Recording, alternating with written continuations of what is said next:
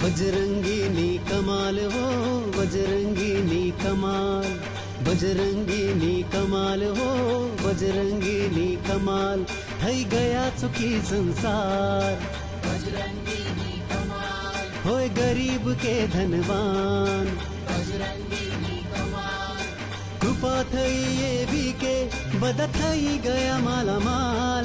અરે બજરંગીની કમાલ હો બજરંગીની કમાલ, હે બજરંગીની કમાલ હો બજરંગીની કમાલ.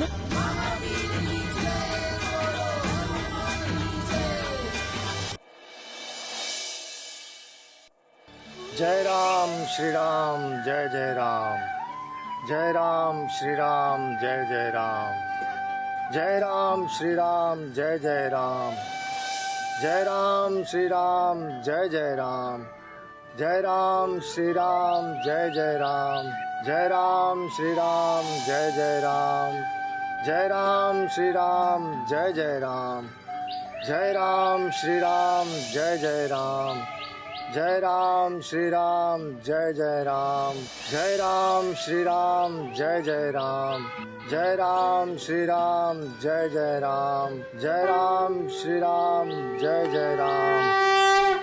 हनुमान, ओ हनुमान. प्रभु हनुमान, તમે મુજ હરિનું કેટલું ધ્યાન કરશો? અરે મેં તમને કેટલી વાર કહ્યું છે કે તમે આ ભૂલોકના વાસીઓની મુશ્કેલીઓમાં ના પડો. સાંભળો છો ને હનુમાન, હું શું કહું છું? હનુમાન, આ કળિયુગ છે અને આ કળિયુગમાં જે કોઈ દુખિયારાઓની મદદ કરશે એનું જ ભલું થશે. એટલે તમે કોની મદદ કરો છો એનું ખાસ ધ્યાન રાખજો. અને હા, બીજી વાત, હવે તમારો ભક્ત ભાણીબેન અને ગંગારામના ઘેરે રહેવાનો સમય પૂરો થઈ ગયો છે. તમે હવે ત્યાંથી નીકળો, કારણ કે બીજા કેટલાય ગરીબ દુખિયારાઓને તમારી જરૂર છે. એમની તમે અપ્રત્યક્ષ રીતે મદદ કરો. જાઓ, મારા તમને આશીર્વાદ છે.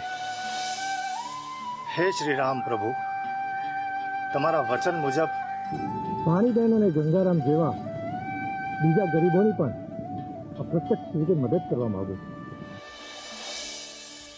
પ્રભુ, હું તમારા આશીર્વાદથી દુઃખ દુવિધાનું નિવારણ કરીશ.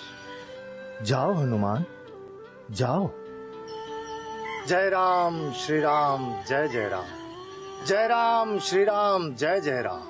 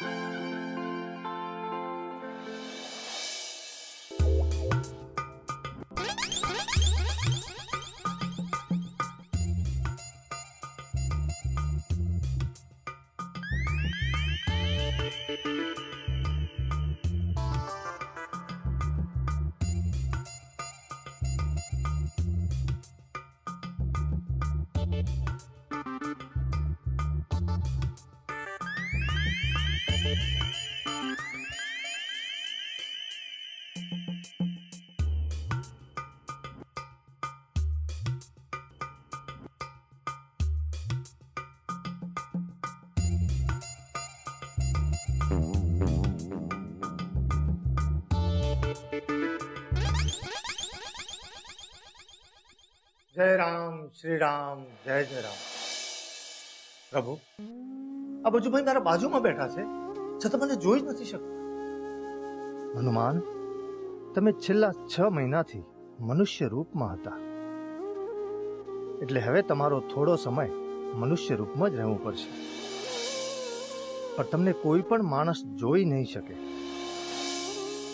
હવે તમે મને પ્રશ્ન ન કરતા, પણ આ બચુભાઈની શું વ્યથા છે એનો વિચાર કરો. પ્રભુ, હું એટલા માટે જ તો અહીંયા આવ્યો છું. બોલો ભક્ત, તમારે શેનું દુઃખ છે? અરે બાપ, આ તો મને સાંભળી જ નથી શકતા. મારે કંઈક ઉપાય કરવો પડશે, નહીં તો મને નહીં સમજાય કે એને શું વિડંબના છે.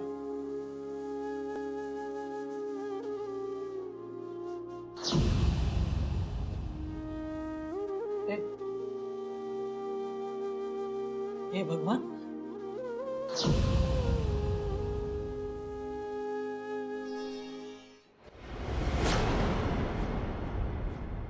હે ભગવાન, આ શું થઈ રહ્યું છે? હા,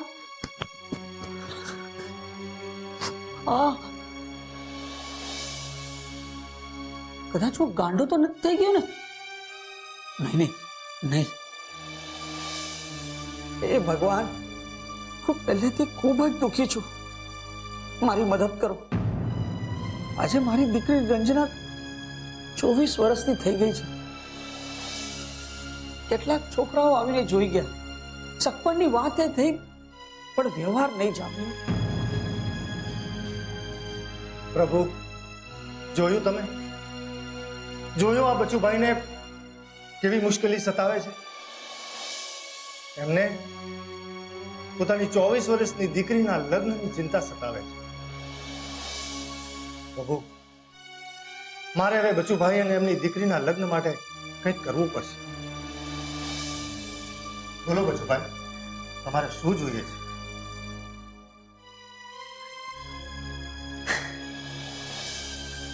એ લોકો હમણાં આવતા જ હશે. ભગવાન, ભગવાન મારી મદદ કર. મારી છોકરીને જોવા આવનાર છોકરો સારો હોવો જોઈએ, સારી જગ્યા નોકરીએ હોવો જોઈએ, સારો સંસ્કાર વાળો હોવો જોઈએ. બસ બસ ભગવાન, બસ. આજે મારી છોકરી 24 વર્ષની થઈ. ભગવાન, ભગવાન, ગમે તે કરીને આ વર્ષે મારી દીકરીનું લગ્ન થઈ જ જવું જોઈએ. બચુભાઈ, હવે તમે ચિંતા નહીં કરો. ભગવાને તમારી વાત સાંભળી લીધી છે.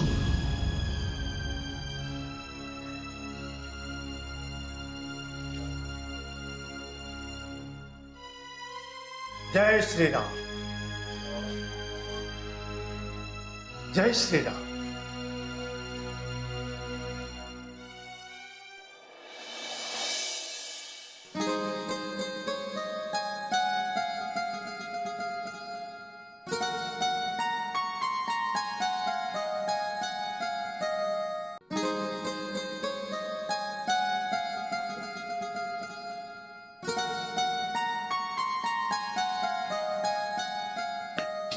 અરે બચુભાઈ, તમે જે મહેમાનોની રાહ જોઈ રહ્યા છો ને, એ આવી ગયા છે.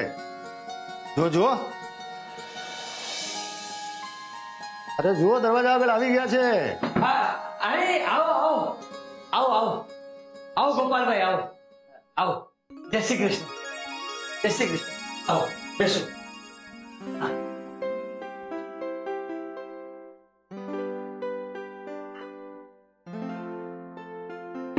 અરે રંજનની બા, જરા ચા નાસ્તો લઈ આવો. જો મહેમાન આવી ગયા છે. ગોપાલભાઈ, ઘર શોધવામાં કઈ ત્રાસ તો નહીં થયો ને તમને? ત્રાસ તો ભોગવવો જ પડશે ને. હવે અમારા છોકરાનું સગપણ કરવા નીકળ્યા છે, એ થોડો ઘણો ત્રાસ તો થશે જ. બચુભાઈ, આ છે મારો દીકરો મનોજ. જય શ્રી કૃષ્ણ. હા, જય શ્રી કૃષ્ણ બેટા. અરે કૃષ્ણાબેન ક્યાં છે? અને તમારી છોકરી ક્યાં દેખાતી નથી? અરે જુઓ તો, અહીંયા તો દીકરા કરતા બાપને છોકરી જોવાની ઉતાવળ વધારે લાગે છે. અરે બચુભાઈ, શું વિચાર કરો છો? જલ્દી જાઓ, તમારી દીકરીને બોલાવી લાવો. જાઓ જાઓ.